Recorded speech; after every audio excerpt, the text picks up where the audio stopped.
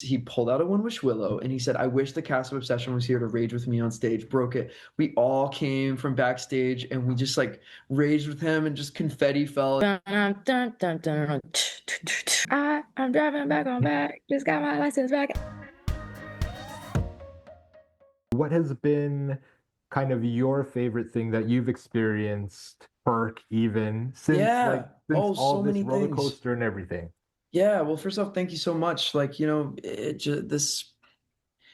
it's so cool to be an artist and an actor and to just work on something and give it our everything, which we did, and then for people, and then to be able to have conversations and have it resonate with people. And Indy was the best scene partner ever, and we had so much fun together. Some of the stuff that we've gotten to do, I don't know if you saw, like Kid Cudi is such a big fan of the movie that he wrote us all on Instagram, and we went to his concert at the Crypto Stadium. He at the end.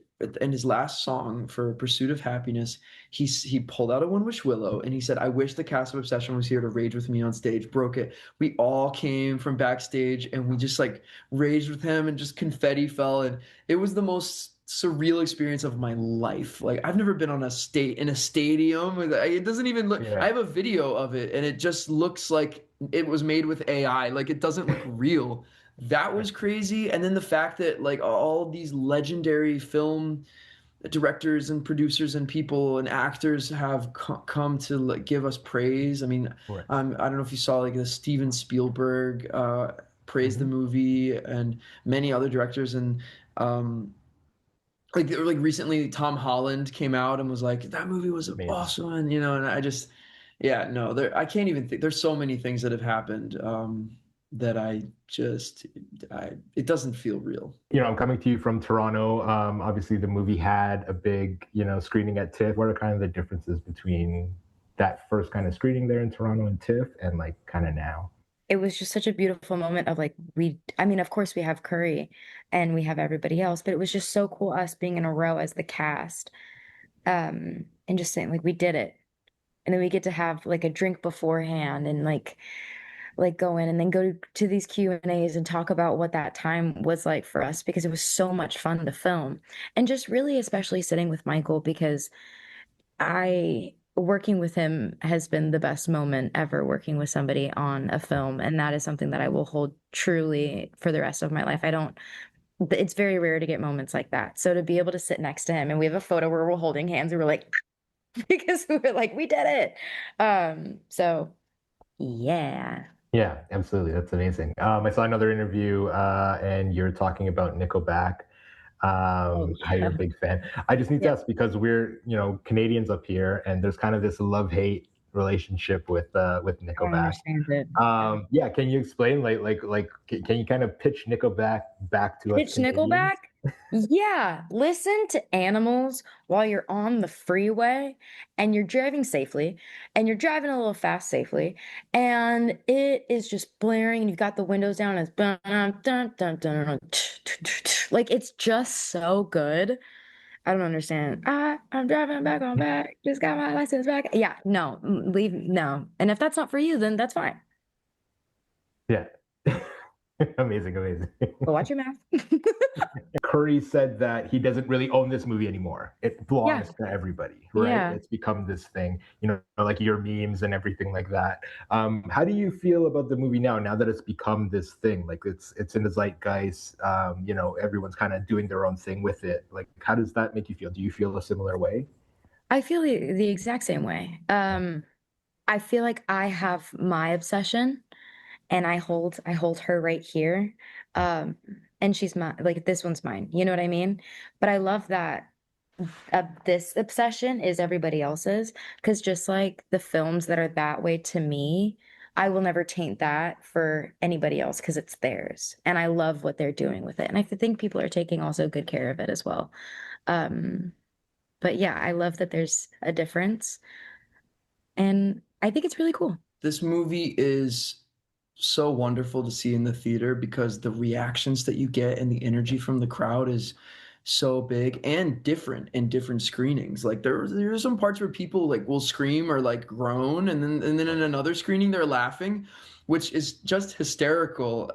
But I will say that I have seen this film at home as well, and the movie is very visually and in other ways as well dark. So you definitely cannot watch this movie in like full brightness. Like if you don't have curtains or blinds, like you have got to put a blanket up like over the Right. window. It's got to be dark, and I think they did such a great job with the sound in this movie, with the Yep. atmosphere, and the soundtrack is phenomenal.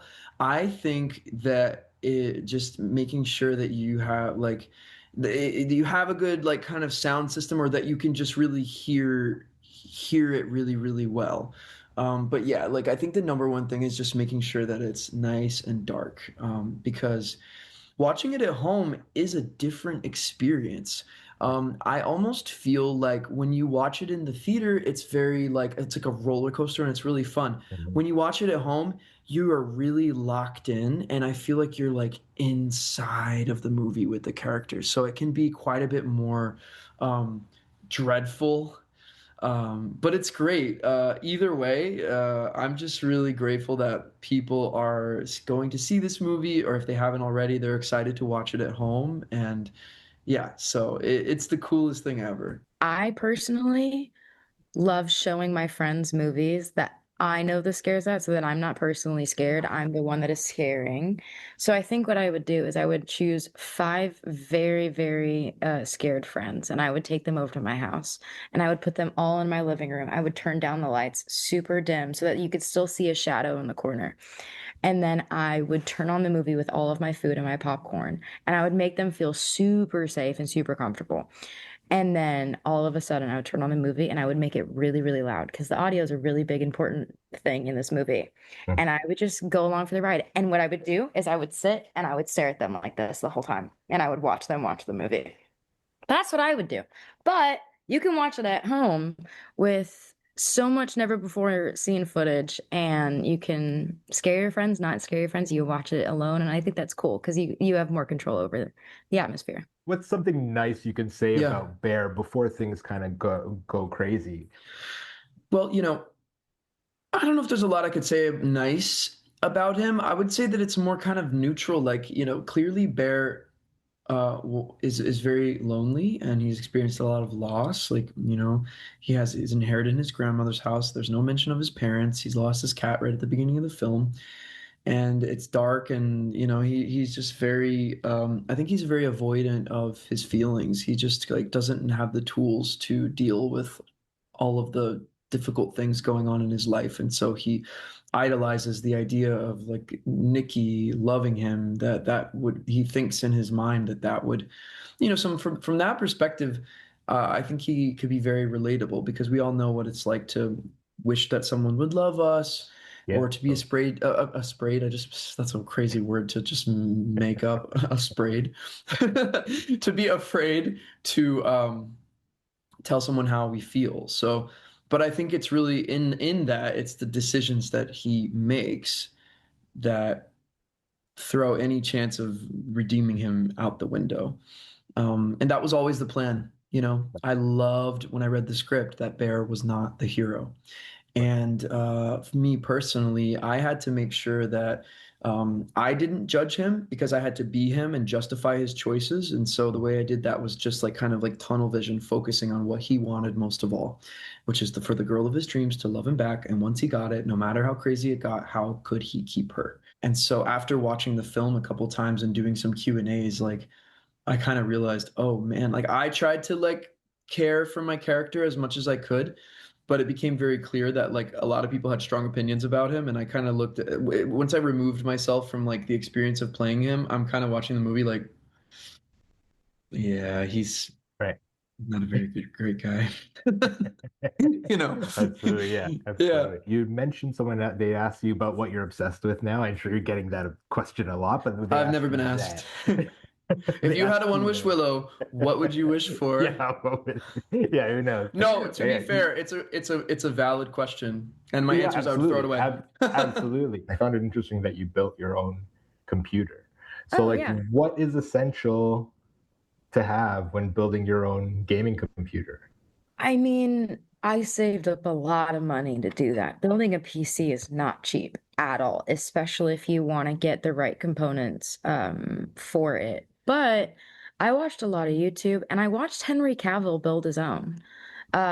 So like bouncing around between all of those videos. So I think saving up money to get good processors. I mean, my computer is a lot of Razer components, Gotcha.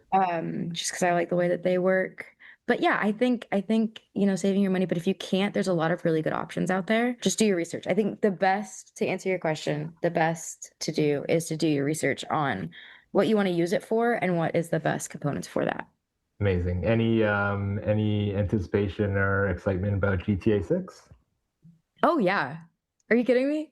Yeah, my brother is gonna come over and we're gonna do that together. You have all these different interests and things like that. What's a Yeah. good like kind of furniture or design tip you have for your audience now that you have so many people? All right, look, I don't know if this will translate worldwide, but if you live somewhere where you have Facebook Marketplace, let me give you a tip. Okay.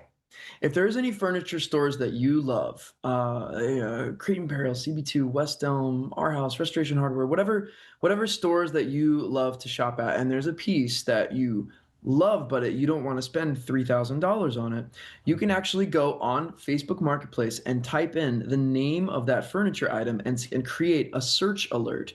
So one day when someone is selling that piece, you will be notified and you can reach out right away. That is literally how I got so many things. This shelf, it's like this cool, I have this cool shelf here.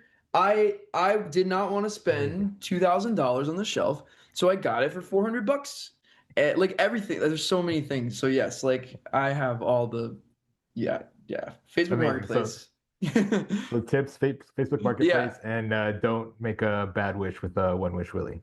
Yeah, Willow. if you come up, oh my God, the One Wish Willie, that is hilarious. If you come across a One Wish Willow, just be careful what you wish for.